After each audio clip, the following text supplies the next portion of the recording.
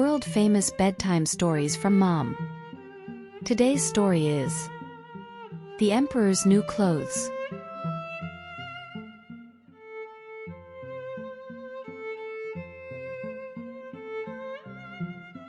Once upon a time, there was a fashion-loving emperor.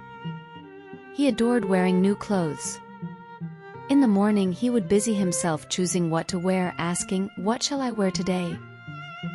By lunchtime he'd declare, "This outfit is now out of fashion, let's wear something else."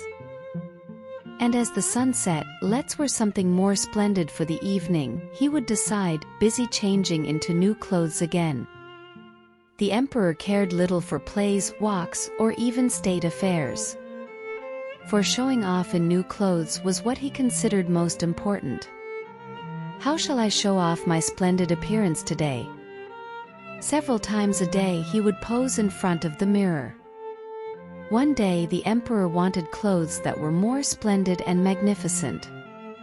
"Bring me the most beautiful clothes in the world at once." Upon his command, his subjects scoured the kingdom to find fantastic new clothes for the emperor. However, finding clothes that could meet the emperor's expectations proved difficult. Every day the emperor would inquire, "Is it done? Where are my new clothes?" But his subjects could only bow their heads and respond, "Not yet, Your Majesty. Please wait a little longer."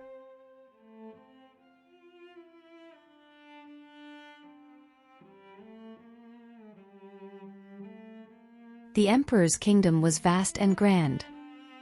People from other nations did not hesitate to travel long distances to visit. One day, two lying brothers appeared. They proclaimed loudly, "We can make the most beautiful clothes in the world. But these clothes are special. They are invisible to fools and can only be seen by the wise." Hearing this, people were astonished. "Really? Such magical clothes exist in the world?" Everyone in the emperor's kingdom was deceived by their words. When the news reached the emperor's palace, he showed great interest. "Really? Bring those clothes to me right now." Thus the lying brothers were summoned before the emperor. Before the emperor, the brothers boasted about how extraordinary their clothes were. "Wearing our clothes will make your wisdom shine throughout the world, Your Majesty." The emperor grew even more excited upon hearing this. Thus began the creation of the special clothes for the emperor, crafted by the hands of the lying brothers. But no one knew whether these clothes actually existed or were merely a lie. Everyone eagerly awaited the day they would see the clothes, hearts fluttering with anticipation.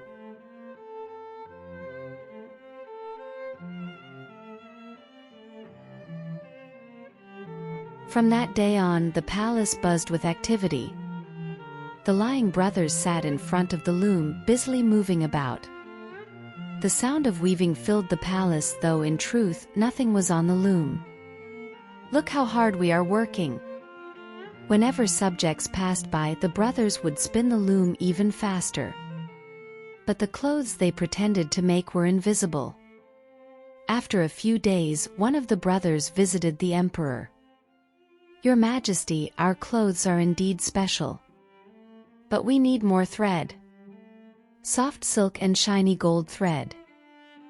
The emperor immediately provided the thread. The brothers hid the threads in their bags and returned to the loom, pretending to weave real clothes on the empty loom.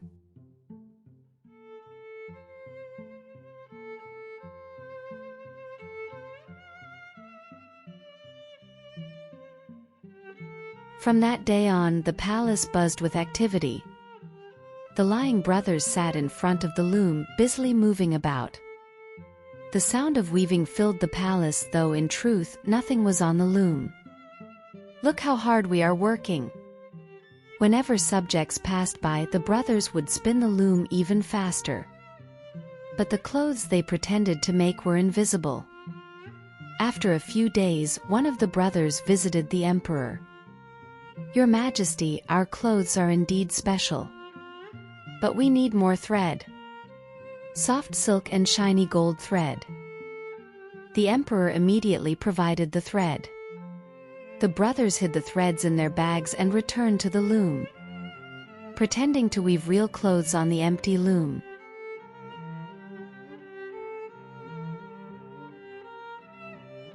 As time passed, the palace buzzed louder with rumors of the new clothes. The emperor's heart fluttered with the mere thought of how beautiful they might be. How splendid will I look in those clothes? He wondered every day. Yet the emperor harbored a worry. What if I cannot see the clothes? Does that make me a fool? After all, the clothes were said to be visible only to the wise. No, that cannot be. I am the emperor. He reassured himself, but the unease did not easily fade. Eventually, unable to contain his curiosity, he summoned his most trusted minister. Go and see how my new clothes are being made and report back to me. The minister, obeying the emperor's command, decided to visit the lying brothers.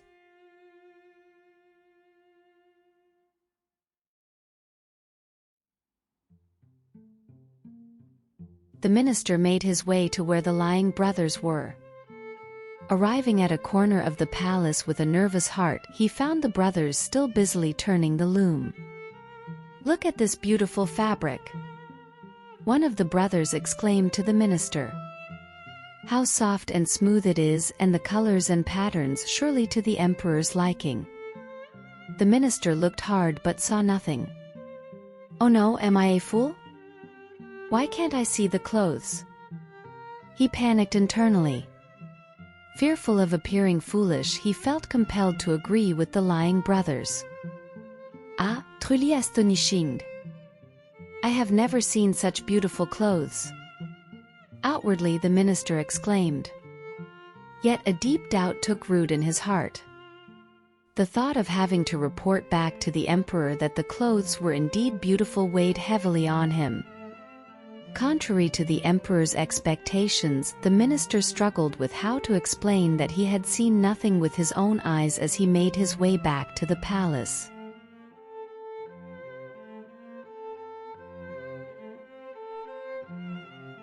With a heavy and conflicted heart, the minister returned to the emperor. Seeing the minister's return, the emperor's eyes sparkled with anticipation. Well, how is it? Are my clothes being made well? The minister hesitated but eventually spoke. Your Majesty, the clothes are truly magnificent. I wonder if there could be anything more beautiful in this world. The colors and patterns are so exquisite that wearing them would illuminate our kingdom even more. The emperor's heart raced with joy at the thought of such beautiful clothes. However, the minister was filled with guilt. He had seen nothing at all. He had only offered false praise to please the emperor.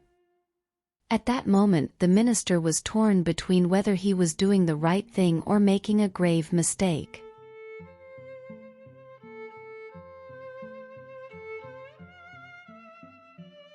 The emperor was overjoyed by the first minister's words but still felt a bit uneasy.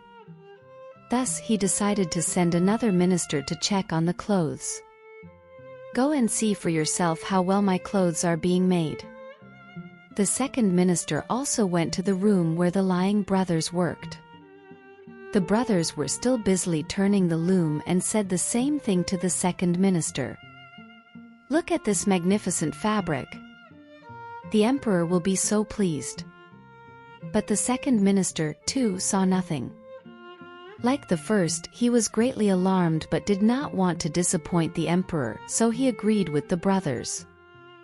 Truly marvelous clothes. The emperor will surely love them. The second minister also reported back to the emperor, praising the beauty of the clothes, just like the first. But deep inside, his discomfort with the lie he had told grew. The emperor was pleased with the second minister's words as well. But his curiosity and unease grew as almost all his ministers had seen the clothes, yet he had not.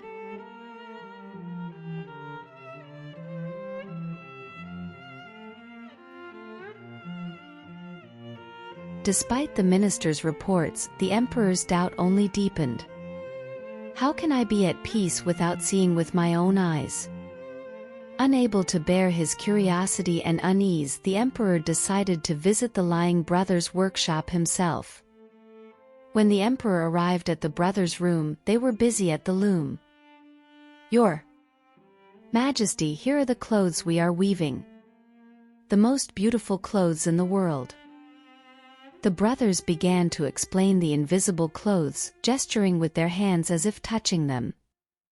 The emperor stared hard but saw nothing. What is happening? Am I a fool? Or am I not wise enough?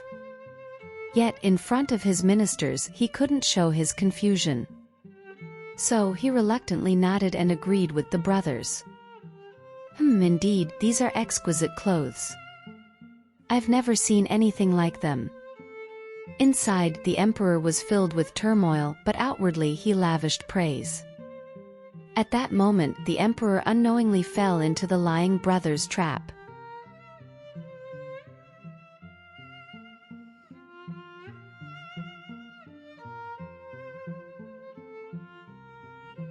As the day of the parade approached, the lying brothers began preparing to dress the emperor in the finished clothes.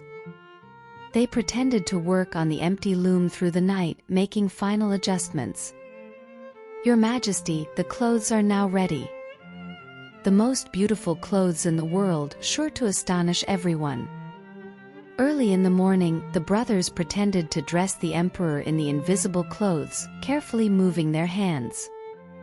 "Here is the coat, and these are the trousers. And this is the splendid cloak." The emperor went along with it, pretending to put on the clothes. Yet the emperor's heart was still in turmoil. "Can I really not see these clothes? But all my ministers praised them." Doubting his own eyes, the emperor decided to proceed with the parade anyway. Following the lying brothers' scheme, all preparations were completed, and the emperor set out to parade in the clothes they had made.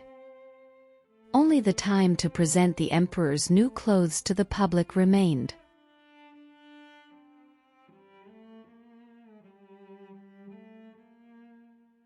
The day of the parade finally arrived. Morning sunlight filled the palace, but the emperor's heart was heavy. "Can these clothes truly be seen? But all my ministers praised them." The emperor stood in front of the mirror, examining the clothes he was wearing. The lying brothers continued to describe the clothes beside him. "Your Majesty, see how light this coat is? As if you are wearing nothing at all." The emperor nodded at his reflection in the mirror, but the fact that he was actually wearing nothing made him uncomfortable. The brothers then pretended to dress the emperor in invisible trousers and a cloak. "Your Majesty, now you are fully dressed. Your beauty will astonish all your subjects." Reluctantly, the emperor agreed and started to step out of the palace.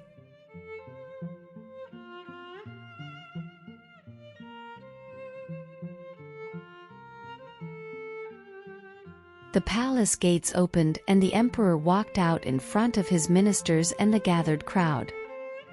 The people had come to see the emperor's new clothes, but there was nothing to see. Yet initially no one dared to admit this fact. With the sound of trumpets, the parade began. The emperor walked proudly, though he was actually naked. Look at the emperor's new clothes. How splendid they are." Ministers and some people started praising the clothes out of fear and embarrassment. But no one in the crowd dared to speak the truth. Fearing they would be seen as fools or unwise, they remained silent about the truth.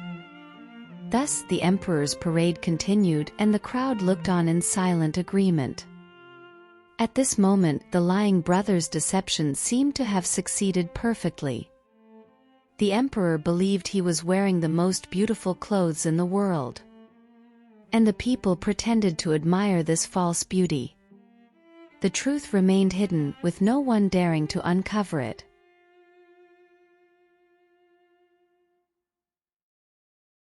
In the midst of the parade, a small voice emerged from the crowd. A young child pointed at the emperor and shouted, "Look! The emperor is naked." The child's clear and innocent voice quickly spread through the crowd. "The emperor has no clothes on. Oh my, he's not wearing anything at all."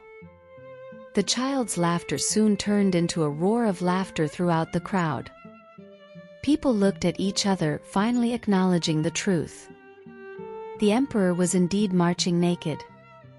Adults were thankful for the child's honesty. Thanks to the child, everyone was able to accept the truth and escape the false illusion. The emperor, hearing the crowd's reaction, finally realized he had been deceived, but it was too late.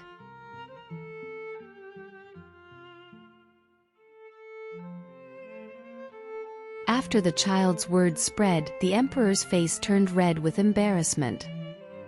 Shaking with shame, he did not stop walking. "Ah, how could I have been so deceived by such a grand deception?" The emperor realized his mistake and, albeit too late, came to understand everything.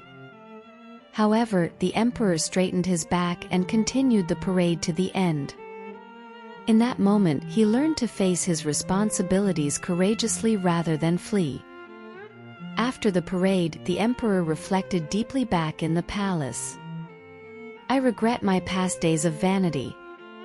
True wisdom comes not from outward appearance but from the heart." From that day forward, the emperor became a ruler who sought true wisdom and humility, not swayed by superficial appearances. The people felt the emperor's change and respected him once again. Thus, the commotion started by the lying brothers left a deep lesson for both the emperor and his subjects. True beauty and wisdom lie not in appearances but within one's heart.